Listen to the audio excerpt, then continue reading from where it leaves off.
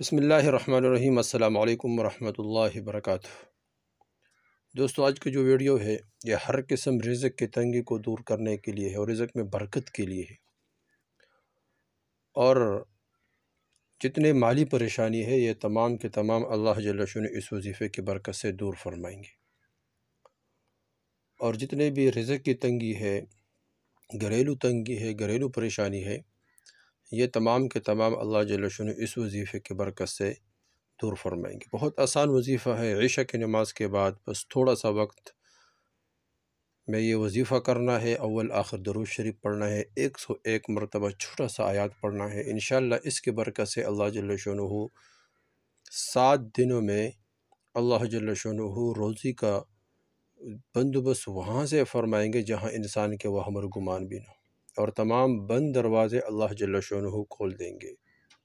یبسط الرزق لمن یشاء، اللہ جل شانہ خود فرماتے میں جس کے لیے چاہتا ہوں رزق کو خوب وسیع فرما دیتا ہوں۔ رزق کا وسیع ہونا یہ اللہ جل شانہ کے ہاتھ میں ہے، محنت سے نہیں، محنت بھی بندہ کرے گا، لیکن محنت کے ساتھ ساتھ اللہ جل شانہ کا فضل، اللہ جل شانہ کا کرم، اور اللہ جل شانہ انسان کے جو قسمت میں جو دیا ہوا ہے اس سے انسان بڑھ نہیں سکتا ہے۔ لیکن جب ہم دعا مانگیں گے، اللہ کو راضی کریں گے، اللہ جل شانہ کے ساتھ اپنا معاملہ حل فرمائیں گے، تو اللہ ہمارے اوپر رزق کے خوب دروازے کھول دیں گے۔ یہ تمام کائنات اللہ کے لیے ہے، للہ ما فی السماوات و ما فی الارض، زمین اور آسمان اللہ کے لیے، لہو ما فی السماوات و ما فی الارض، تولج اللیل فی النہار و تولج النہار فی اللیل، تخرج الحی من المیت تخرج المی من الحی۔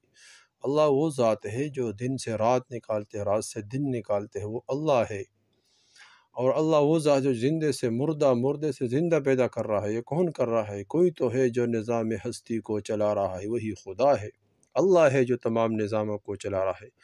اور اس طرح رزق کے لیے ایک تو ہم وظیفے کرے، دعا مانگے، نفل پڑھے، نماز پڑھے، یہ اسباب ہے، صدقہ دے، اپنے ہمسایوں کے ساتھ، اپنے رشتہ داروں کے ساتھ اچھا سلوک کرے، یہ تمام اس کے ساتھ رزق میں بھی اللہ کے رسول نے فرمایا اس میں رزق میں بھی برکت ہوگی، مال میں بھی برکت ہوگی، اور اس طرح عمر میں بھی برکت ہوگی۔ حضور صلی اللہ علیہ وسلم نے فرمایا جو یہ چاہتے ہیں کہ میرے مال اور میرے عمر میں برکت ہو، وہ اپنے رشتہ داروں کے ساتھ تعلقات اچھا قائم کرے، اچھے تعلقات قائم کرے۔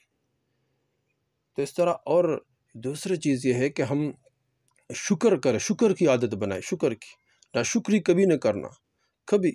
اللہ قرآن فرماتا جو شکر کرتا ہے لَأَزِيدَنَّكُمْ، میں نعمتوں کو بڑھا دوں گا، ضرور بے ضرور میں نعمتوں کو بڑھاؤں گا۔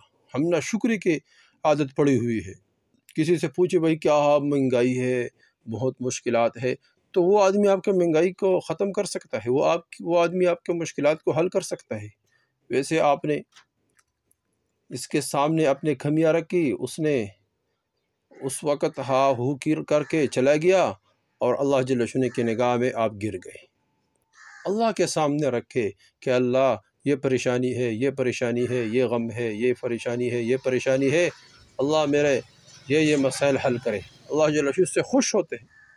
شکر کرے، جو آدمی آپ سے پوچھتے ہیں بھائی کیا حال ہے، کہو الحمدللہ الحمدللہ۔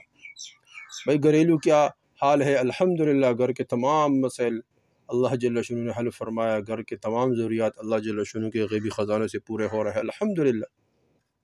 تو ہر حال میں الحمدللہ کہے۔ اللہ نے تھوڑا رزق دیا، اس پر زیادہ تعریف اللہ کے کر، زیادہ شکر کرے، تو اللہ جل شانہ بہت کچھ دیں گے۔ اللہ نے صحت دیا، بیمار ہو، تھوڑا بہت بیمار ہو، الحمدللہ، جو صحت، آنکھ میں بیماری ہے، کان تو ٹھیک ہے نا، دل تو ٹھیک ہے، دماغ ٹھیک ہے، ہاتھ ٹھیک ہے، پاؤں ٹھیک ہے، اس پر شکر کرو۔